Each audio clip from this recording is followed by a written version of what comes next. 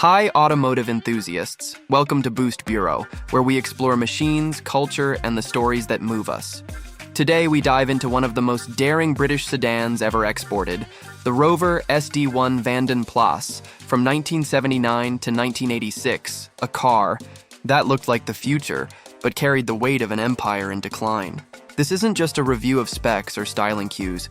It's the unfolding story of ambition colliding with reality, of design brilliance struggling against manufacturing missteps, and of how a car that once symbolized bold progress ended up as a rare and enigmatic sight on American roads.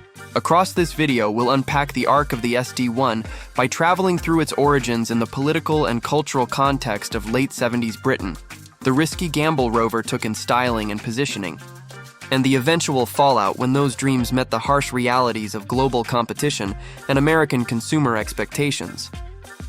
We'll also touch on what it means today, now that decades have passed and the import floodgates are open, giving enthusiasts a second chance to judge this sedan not just as a product of its flaws, but as a design statement with lasting resonance. So, why spend time on a car that, at first glance, seems more of a footnote than a headliner? Because hidden in the SD1 story are lessons about what happens when a nation's car industry tries to leap forward all at once, when image races ahead of execution, and when buyers on the other side of the Atlantic confront a vehicle that challenges their sense of what executive luxury should feel like. The SD1's sleek wedge profile was meant to capture the optimism of an age dreaming of speed and progress.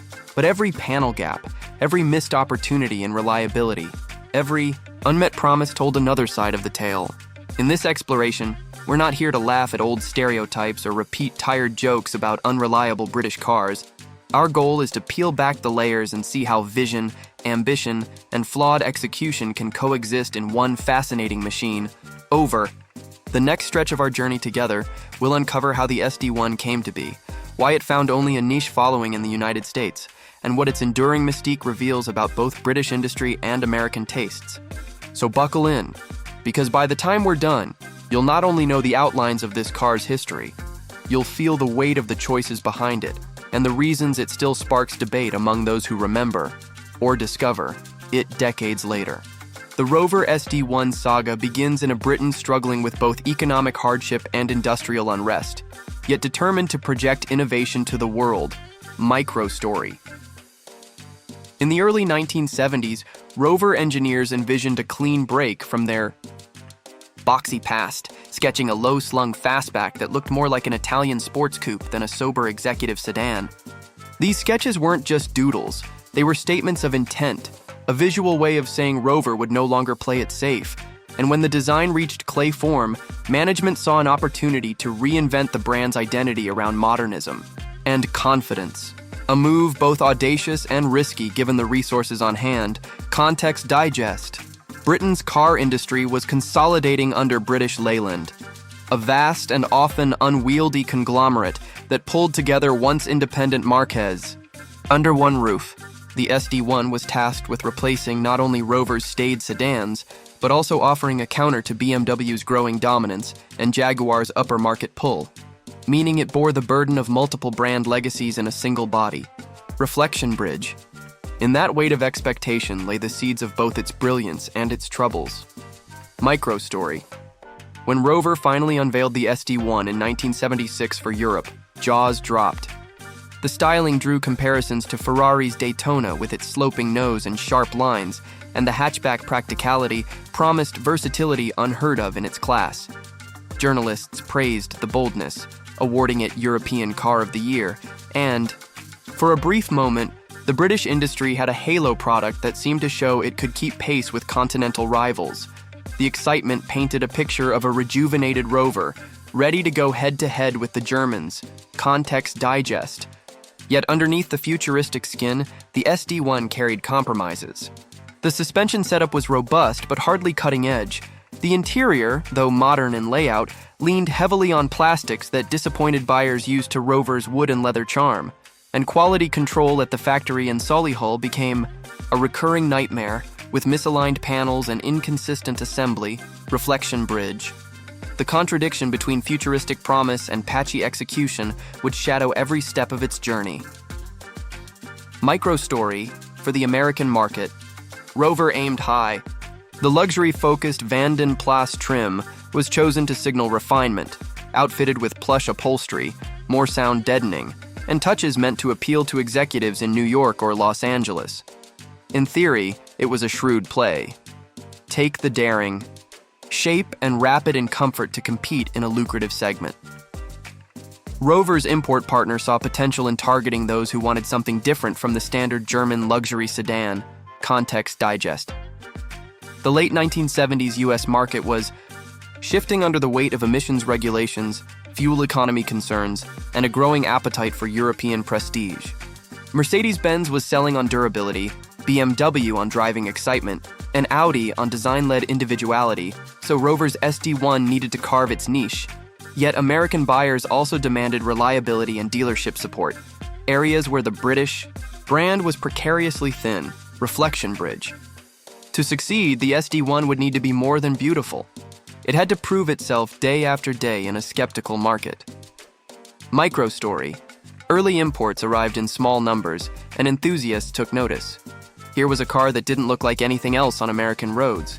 A luxury hatchback with a V8 under the hood and a badge that carried a whiff of old-world sophistication. For buyers who wanted exclusivity, it ticked boxes, and its rarity became both a strength and a weakness. Those who took the plunge discovered a driving experience that was smooth and torquey, yet also riddled with quirks that would test patience. Context Digest.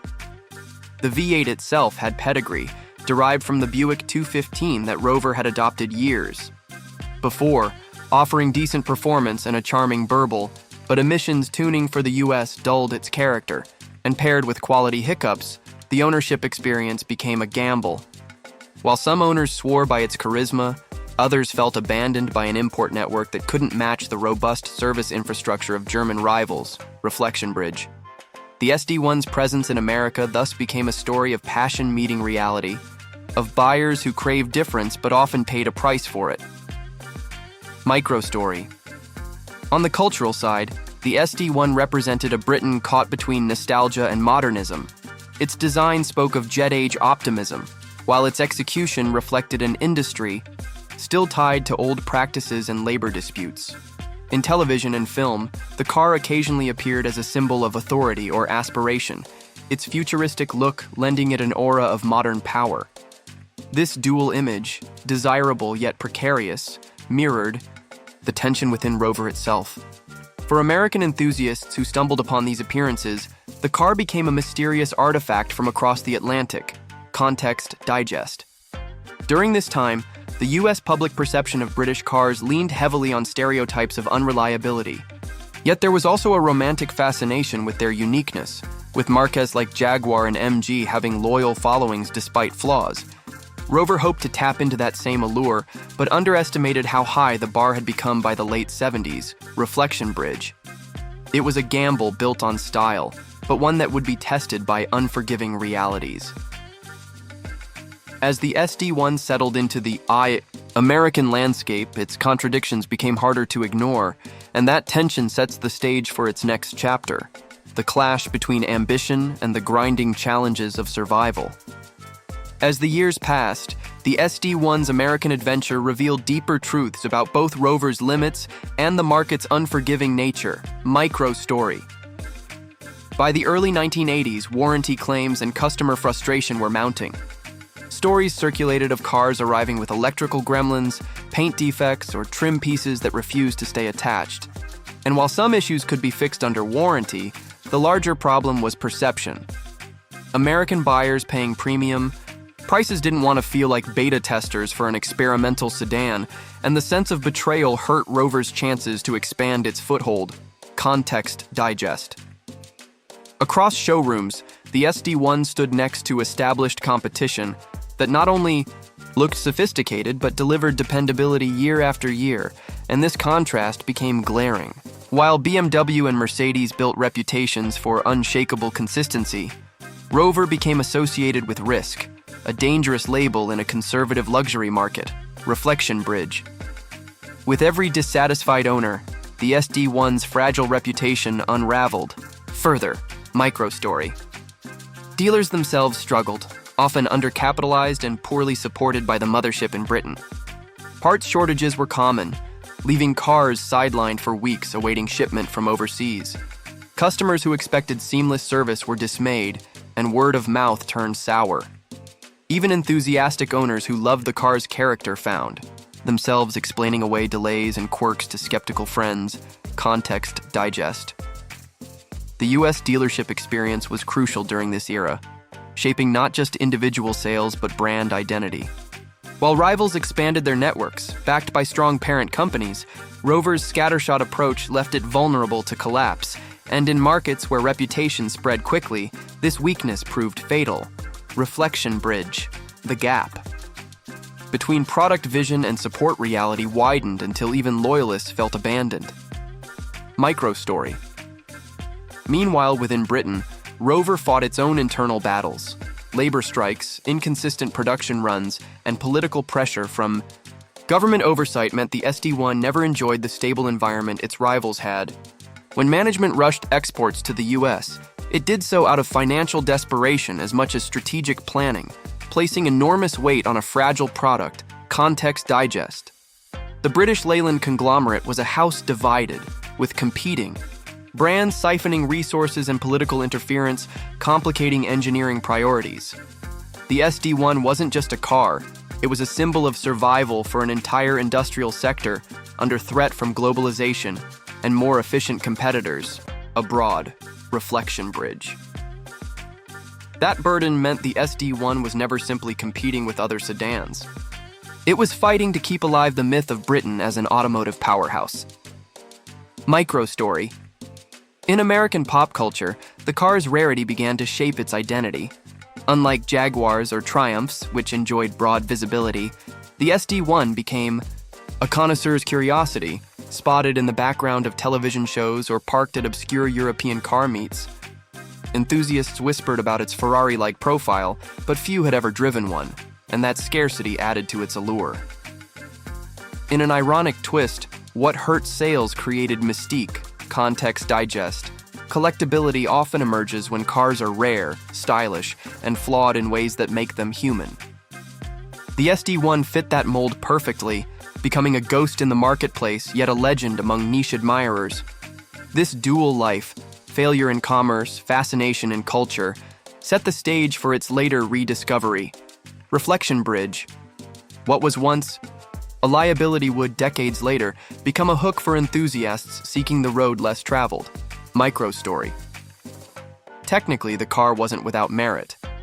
The V8 gave effortless torque, the hatchback layout provided practicality, and the ride was composed enough for long American highways. But these strengths were overshadowed by niggling faults, from leaking seals to misaligned trim.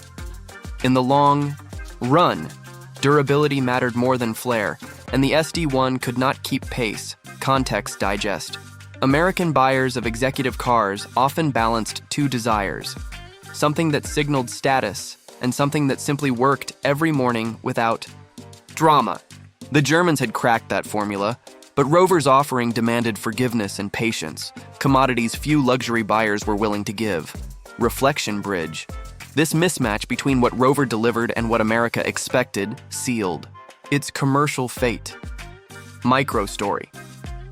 By mid-decade, the SD1's presence in US showrooms dwindled.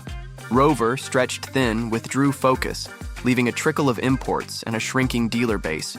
For the few who owned them, the cars became orphaned. Treasures, loved for their style but lacking broader support. Enthusiasts kept them alive through ingenuity, importing parts themselves or swapping components from more common vehicles, creating a small but passionate underground, context digest, car communities in the US often form around vehicles that defy mainstream logic, and in this case, the SD1's scarcity fueled camaraderie among owners who swapped tips and shared frustrations. It was a car that demanded resilience, and those who stuck with it often felt a stronger bond because of that struggle. Reflection bridge. Out of the ashes of commercial disappointment, a subculture began to grow, one defined not by numbers, but by dedication. Micro story. The broader lesson here lies in timing. Had Rover entered the US market earlier, with more robust support, or later, with the resources to refine its product, the story might have been different. Instead, the SD1 became a cautionary tale about launching bold products without the infrastructure to sustain them. Even so, its distinctiveness ensured it would not be forgotten. Context digest. The 1980s were a decade of consolidation in the luxury segment, where only the strongest brands thrived in America. Rover's retreat was part of a wider narrative of British marques losing ground, while German, Japanese, and American luxury divisions tightened their grip. Reflection bridge. The SD1 may have failed as a commercial venture, but it succeeded in carving a place in automotive memory precisely because it dared to be different. By the time the Rover SD1 disappeared from American showrooms, it left behind more questions than answers. And those unresolved tensions now lead us into the final stretch. What the SD1 means today, decades later, as enthusiasts reframe it not as failure, but as a time capsule of ambition. Decades later, the SD1 has reemerged not as a forgotten failure, but as a collectible curiosity, a machine that tells a story bigger than its sales numbers. Micro story. In the 1990s and early 2000s, most Americans had never seen an SD1, and those that remained often sat tucked away in private garages or languished as project cars. Enthusiasts began stumbling upon them through imported magazines or early internet forums, intrigued by their Ferrari-esque profile and V8 heritage. What was once a common sight in Britain became exotic in America. A car you had to explain every time you parked it at a meet. Context digest. The 25-year import rule suddenly shifted the equation, as cars never officially sold or long retired from the US market became eligible for legal entry, opening the floodgates for obscure European models like the SD1. With online communities making parts sourcing easier, interest began to build in small but passionate circles. Reflection bridge. A car once viewed as impractical started to transform into a symbol of individuality and taste. Micro story. Restoration projects became showcases for creativity. Owners blended originality with necessity, fabricating unavailable parts or adapting components from more common Rover or GM cousins. Each car became unique, reflecting both the challenges of keeping it alive and the pride of overcoming them. For many, the restoration journey itself was more rewarding than the finished product, turning the SD1 into a canvas of persistence. Context digest. Collecting culture in the US often celebrates underdogs, especially those that combine striking design with scarcity. The SD1 ticked both boxes, and values began to creep upward, not skyrocketing like classic Porsches, but gaining steady recognition as enthusiasts sought something beyond the obvious choices. Reflection bridge. In this way, the SD1's flaws evolved into virtues, making ownership a badge of dedication. Micro story. The modern driving experience of an SD1 is a paradox. Slide behind the wheel and you're greeted with an interior that mixes late 70s futurism with simplicity. Then start the V8 and you hear a distinctly American burble wrapped in British charm. On the open road, it glides confidently, though it betrays its age with creaks and quirks. It's not a car to measure in numbers but in moments, in the way pedestrians turn their heads or fellow enthusiasts strike up conversations at gas stations. Context digest. In an era where cars are increasingly digital and homogenized, the SD1 feels refreshingly analog, a rolling time capsule of ambition from another age. It reminds drivers that cars are not only about speed or luxury, but about personality and presence. Reflection bridge. That character has become its most valuable asset in a world of sameness. Micro story. American enthusiasts today see the SD1 as an entry point into a broader conversation about design and national identity. Here is a British car that looked Italian, carried an American engine, and tried to redefine executive motoring in a decade of upheaval. Owning one is as much about appreciating history as it is about enjoying the drive. Clubs and online groups have sprung up, sharing technical guides, sourcing parts from across oceans, and celebrating each survivor that makes it onto the road. Context digest. The global car scene thrives on storytelling, and vehicles like the SD1 fuel that narrative. By offering tales of triumph, failure, and rebirth, they connect owners across borders who might otherwise never cross paths, united by a machine that was never supposed to endure this long. Reflection bridge. In this sense, the SD1 has transcended its original role, becoming more artifact than commodity. Microstory. As values rise modestly, a new generation has started to rediscover the SD1 through YouTube reviews, auction listings, and appearances at eclectic shows. For younger enthusiasts, it's a way to stand apart in a crowd dominated by familiar German and Japanese classics. The SD1 offers an unusual blend of accessibility and exclusivity, being attainable in price but rare enough to guarantee attention, context, digest. The collector car market thrives on waves of nostalgia, and as those who grew up in the 80s and 90s reach their peak earning years, demand for the oddball icons of their youth increases. The SD1 fits neatly into that cycle, poised to gain recognition without ever losing its outsider status. Reflection bridge. It remains a car that resists the mainstream, and that resistance is part of its charm. Microstory. Ultimately, what makes the SD1 compelling today is not just its shape or its sound, but the story it carries. Every survivor whispers of a time when British engineers dreamed boldly, when a struggling industry still believed it could shock the world with vision. Owning one means carrying forward that unfinished dream, celebrating both its victories and its scars. It's a car that teaches patience, humility, and appreciation for imperfection. Context digest. In the end, cars like the SD1 remind us that the automotive world is richer when we look beyond the obvious winners, that history is made not only by those who dominated, but by those who dared and stumbled.